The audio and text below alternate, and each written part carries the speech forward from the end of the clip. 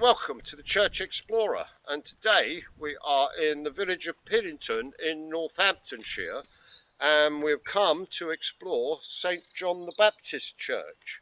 I also have met another church crawler today over here, and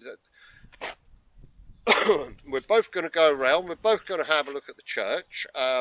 There has been a church on this site since well over 1290. It does have some very interesting features in the church. It has a very nice big organ, very nice stained glass window, and I think you'll find this all very interesting. So without further ado, we're going to have a look around. Whoa. Hold on, it's a bit windy today. Okay, so the drone will not be going up. Okie dokie, so no drone shots today. All right, bear with me. We're going to go in, have a look around, and I hope you enjoy this. This tower, in actual fact, had to be rebuilt in 1847. And what they'd done, they put a rate levy on the parish itself in order to raise the funds to be able to rebuild the tower. I don't know why the tower got destroyed or what happened to it. I don't have any information on that, but if I find something, I'll put it in. Okay, as I say, people, the church actually dates back to around about 1290, and it's designed in the traditional sort of cross shape. It's undergone an awful lot of repairs and extensions over the years, but what I do like about it is one of the things, and you'll have to excuse because it is very windy today, but one of the things I do like about it is this lovely red stone again, and you will see it's got an absolutely glorious tower. I love it. It sits right out on this quite high in actual fact, in the village of Piddington, on this piece of ground, and I will spin the camera around so you can see where we are. The churchyard itself is quite large, and we're going to come round. We do have, as I say, another church crawler with us today, a young lady called Katie, who's come along today so we can have a wander around this church together. So let me show you where we are. As you can see, the graveyard, or churchyard, is very extensive. So without further ado, let's pop into the church. Whoa. As I say, I'm struggling a little bit with the wind today, so if you can just bear with me. And what we're going to do, we're going to walk into the church just to get out of the wind. Earlier today it was quite warm, but now up here on this hill it's actually turned quite nasty. But I love this doorway. Now there would have been up there, I'm guessing, a figure of St John the Baptist himself. That would be my guess. But don't you just love this red stonework? You know, I always get excited when I see the red stonework. It does have a lovely door to it as well. Okay, we're going to go in, have a look around and see what we find. The octagonal font here is believed to date back to about the 13th century. And as you can see, it's lead lined. Now, all of these fonts should have had a lid over the top of them. Ah, there's the lid. I've just spotted the lid over there, because I can't remember what year it was, but they brought out a law way back where all the fonts had to have lids on them. And not that anybody was drowned in a font, but yeah, I think it was something to do with the lead. I do wonder how many people have been baptised in that little font since the 13th century.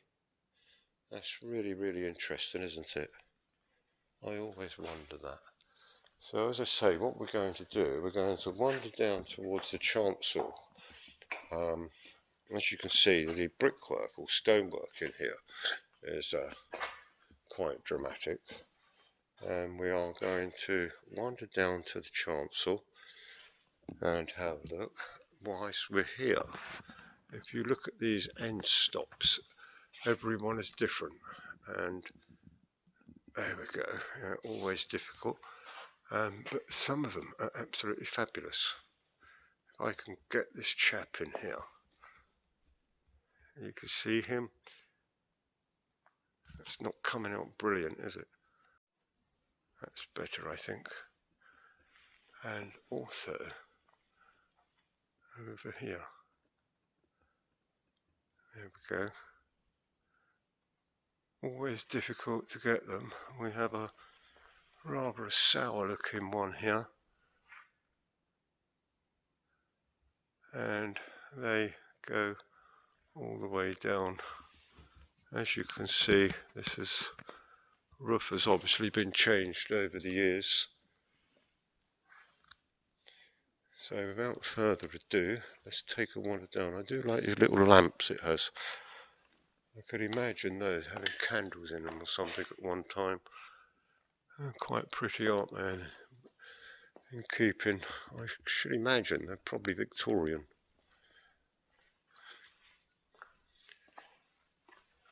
As I say, we have this whopping organ.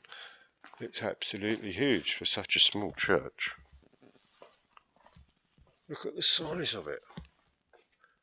It's absolutely whopping.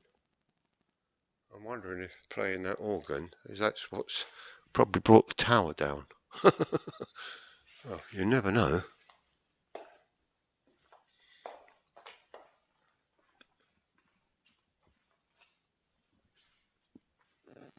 It's rather cute, this church. I do like it. Oh, I don't know who done the stained glass window.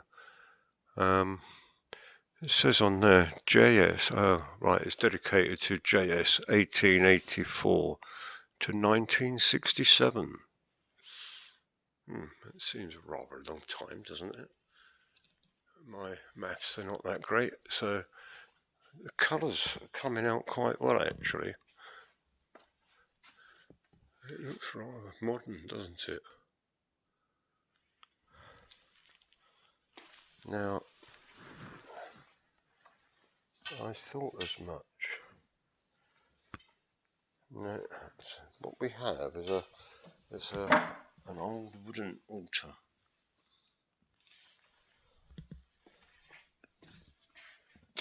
Yeah. That's better. That's coming out quite well, isn't it? I'm not too sure what that's supposed to represent. Well, we've got flowers, sunflowers, and we have bees. I do like the colours though, don't you? They're rather nice. We do have some wall memorials in here. And this one is to the memory of William, the beloved son of J.W. Smith Esquire. And that dates back to 1830. I think there's one on the other side. This looks a little bit spooky, this one.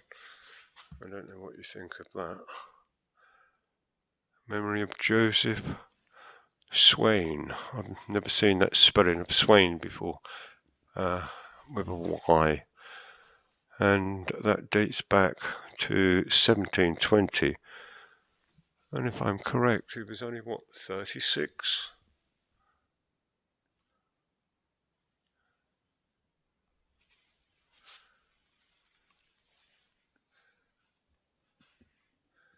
Again, as I say, you can see this beautiful colour of this sort of Northampton ironstone.